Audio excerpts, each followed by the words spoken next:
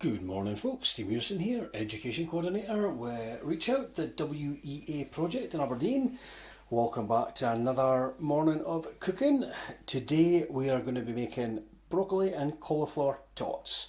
Now this is a really easy recipe, doesn't need much ingredients, and you can also kind of chop and change what you add to it as well depending on your tastes. If you don't like broccoli and cauliflower, it might be a bit difficult, but beyond that, you can kind of really jazz this up if you want to. But the basics of it is really simple. The ingredients that I mark a base of this with is your broccoli and cauliflower. You can buy it pre-cut in a bag like this. You can buy a head of broccoli or cauliflower, or you can buy it frozen if that's easier, if it ever works for yourself. A good old brown onion, some cheese. You can use any sort of cheddar you want. You can use parmesan, that's fine, whatever you prefer, or whatever you've got in the cupboards or the fridge. Spring onions, they're not necessary, but they give it a little bit of kick and I like that. And I just happen to have some in the fridge as well, so that was handy. Some pepper, you can add a bit of salt. I tend to add too much salt to my cooking, but feel free. And some good old bread. Go make some breadcrumbs with it. A mixing bowl to put it together. Now I always cook these in the oven. You can fry them, but I find it scuttery and a bit greasy, so I'll show you the healthier way to do it, a lot less messy as well. And actual ingredients, like I said, as I start to put the meal together, I will go over some of the other options that you could add if you want to change it up in some way. And other than that, get your aprons on, clear yourself a bit of space in the kitchen, and let's get cooking. Now, as you'll see by the evidence, I have grated some cheese. So you're roughly looking for, it's quite a big portion, so you're roughly looking for about a mug, like a full cup's worth of cheese, whatever cheese you picked. And I have decanted our bread into a bag. Now it's a really easy way to make breadcrumbs. There's lots of different ways. You can toast it and then grate it, things like that. But I find just put it in a food bag, just put your hand in and initially crush it, get the bigger bits broke down, and if you've never made breadcrumbs before, slightly stale bread is best, no mouldy, but just when it starts to go a bit tough and it's maybe in its last legs, you might chance it with some toast, but you wouldn't try it for a sandwich. That's what you're looking for to make breadcrumbs. So, one hand, break it down, the bigger sort of bits, like that, and then I put two hands in and just rub it between your hands, like that. It breaks it down almost like dust, if you imagine. That's what you're looking for. And you don't want them to be too lumpy, because if your breadcrumbs are too lumpy, then you'll get lumpy bits in your tots. And there's nothing worse than lumpy bits in your tots. You want this nice and fine. I think you could probably buy breadcrumbs for the supermarket now. A lot of these things get a bad rap as being lazy, but the thing to remember, folks, is some folk have issues with their motor skills and they simply can't make breadcrumbs themselves. Maybe somebody living alone with arthritis in their hands or something. So before you dive in on the hill, it's easy to make breadcrumbs. Sometimes folks struggle, and to be able to buy a pre-made bag or an egg, for instance. Sometimes you can buy a good old boiled egg with the shell taken off it, and it's a godsend for folk with motor skill issues, for simply couldn't manage to peel an egg off. What a shame, because it's such a fun thing to get your fingernail under and peel the skin off a hard-boiled egg. I used to love that when I was a kid. Now, there we go. Some fine breadcrumbs. Just like that. Now, next thing we're going to do is our onion. I have a surplus of cheese here, I'm going to just make it fit. Okay, so the way we're going to prep this onion is we're going to grate it. And what that does is stops us seeing little chunky bits in our tots. I'm just looking for my favourite knife. Yeah, it stops us getting little chunky bits in our tots, and it also takes a bit of the moisture in the onion that keeps this nice and wet, because you don't want this recipe to get too dry, because then it won't stick together. So took the end off the onion. We're going to keep this end on, so we're going to hold on to that, and we're going to peel the onion skin off. Now, I think whenever I cut an onion, I always say to everybody, one of the things that makes an onion affect your eyes is when you cut both ends off it. I don't know the science behind it, but if you leave one end of an onion, it's much less bothersome. Excuse my arm in the way. So we have an onion, just like that. And what we're going to do is just grate it. Simple as that. Right, let's see if I can get you an angle. There we go.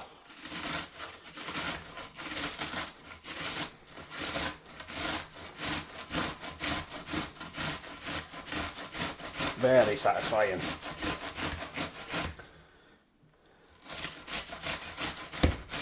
So we may want big chunky bits of onion in our mix. There we go. We want some nice fine. Now, it's a lot quicker than dicing it. There we go. Lovely. So, I'm going to add these to the bowl, and then the final step is to cook our broccoli and our cauliflower florets. I apologise for my arm being in the way. I'm at a really funny angle today. There we go. That into the mixing bowl. Bit of cheese in, just like that.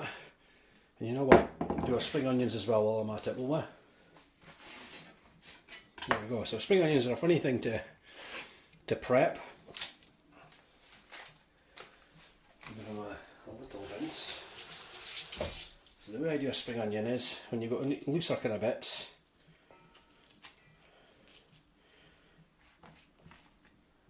like that, pull them off, and that sort of gives you a nice fresh bit of onion to work with. This seems no bad, yeah. This seems no bad, and I use the whole onion from end to end. As long as the green bits in are wilted too much, they're fine to use. Now, so it's a super lazy way chopping your spring onion. Line them up so the endings are the same. See if I can get a better angle for you. Like this, look, see? Chop it ends off while you're cooking them. And then just keep a kind of hold of it as you work your way down.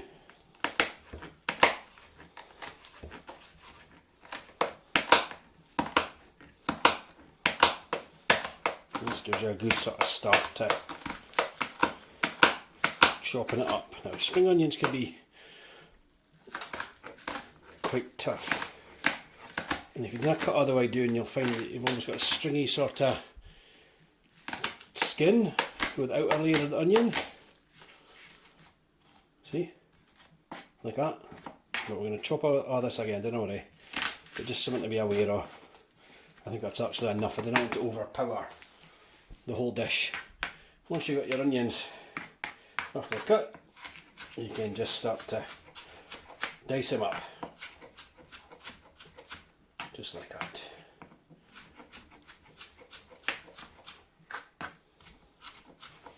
Not only that stringy bits, we want them cut up bony and small.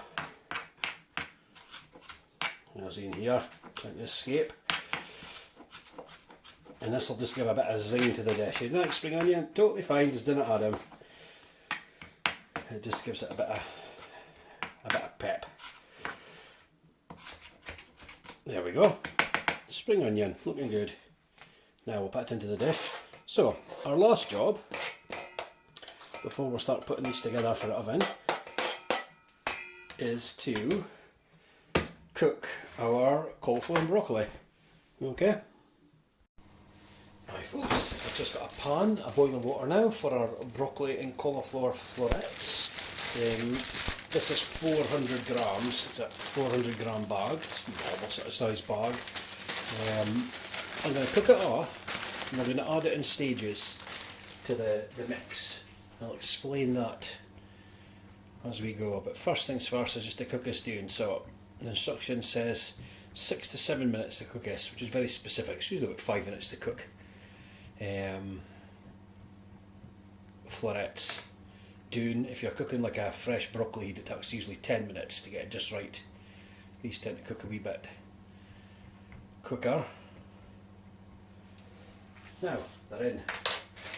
Let them boil away, and whilst they're on, I've also put the oven on. Now I've set the oven at fire oven 170, so a normal oven that would be 190. Just put it on to preheat. All these instructions, as ever, will be in the description below the video. I'm just saying it out loud just now in case you're following this fine. If you've only issues following this and you want to work through the recipe instead, it's all there for you, don't worry.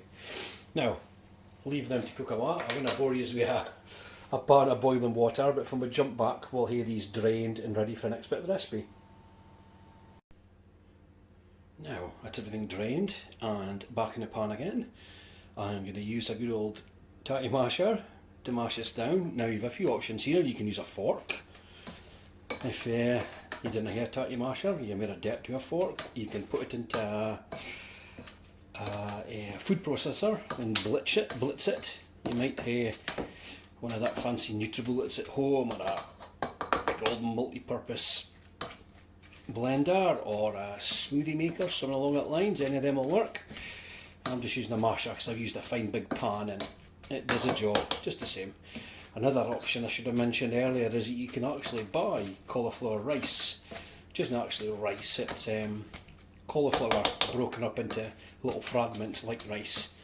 That way you can bypass the whole cooking stage and just add it right into the mix. I do it sometimes if it's on offer.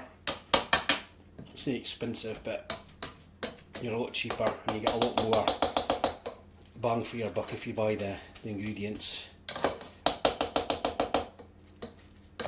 as they are. Now, there we go. 400 grams of broccoli and cauliflower ready for action. I'll show you what that looks like. There you go. Nice fine mix. Now, I'm going to shovel this back and I'm going to bring our mix we did earlier to the front. There's our baking tray at the side there. This may be in the way a bit. There we go, that's better. Now, some pepper to taste. Now the trick here, when we add our wet ingredients, is don't add them at once, because we want to see how the mixture is coming together. So, in about half, like that. I'm going to give it a good stir with a fork and we'll see how it comes together, because we want this to be sticky so we can roll it into little tots. We don't want it to be too dry and we don't want it to be too wet, because it wouldn't stick together to cook. If it's too dry, likewise it wouldn't stick together. Now if you have problems with it binding together, worst comes to worst, just put an egg in and that'll do the job fine. So I'm going to put my hands into the mix now. This is a little test here, and we'll see how it binds. And that is ideal. Look, one tot like that, nice and sticky. No worries. And I used about half the mix here. So what you could do is you could mix up a little bit more, use only your leftover onion, only your leftover cheese, and you can make another batch of them. But for the purposes of our cooking today, I will forge ahead with what we've got. So, next stage. Baking tray, some greaseproof paper on it. If you didn't have greaseproof paper, you can easily use good old tin foil or just straight onto your tray itself. Now, I'm going to add a little olive oil to the tray. Now, I have a fancy baster, look at that. That's a real cook at you're witnessing today. But you can just put this on, sugar it with a bit of kitchen roll if you want. I'm just using the baster because I've got a baster. Why not? It's not essential, but it does make life a little bit easier. There we go. So a nice coat of olive oil in there, and then we're going to add another little coat of olive oil to the top of the tots as we add them on. Now, here's a fun bit. There's one I made earlier, look at that. and just sit them on. Now, I'm just swithering whether I will bore you to tears whilst I roll out 30 tots, or I'll pause it and it will jump to the my being complete. And I think, as much as I like speaking, and as much inane facts that I could throw at you over the course of the next 5 minutes, I'm wary of the time it's going to take to pull this whole video together. Sorry, the actual time, the length of the video, time-wise with each section. I only want to go over the allocated YouTube slot because I'll be back re-editing now. I don't want that to do it. So, I'll show you one more time. Handful of the mix. We'll roll it into a little tot shape, like that. Make them as big as you want. Bigger they are, the longer they'll take to cook. This size is quite fine for about 35 minutes cooking time in the oven, which isn't too bad. Now I've rinsed my hands off.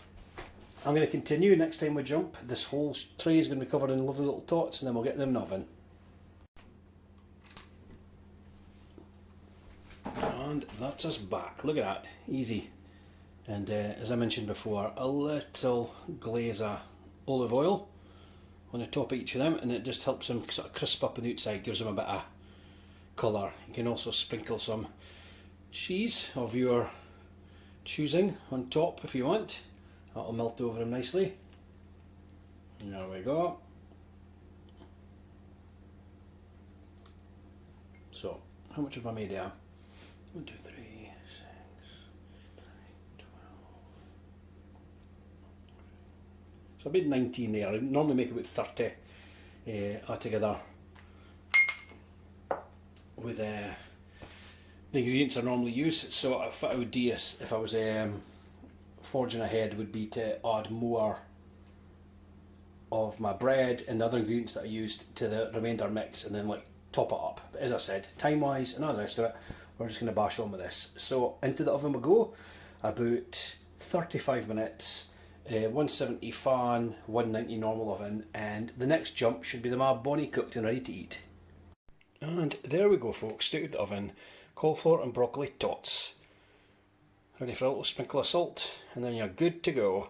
I should have mentioned that halfway through I give them a little flip over in the oven. You don't need to, but it stops them from sticking to the greaseproof paper. Right, as ever, hope you enjoyed this. Let us know how you get on, and have a nice day.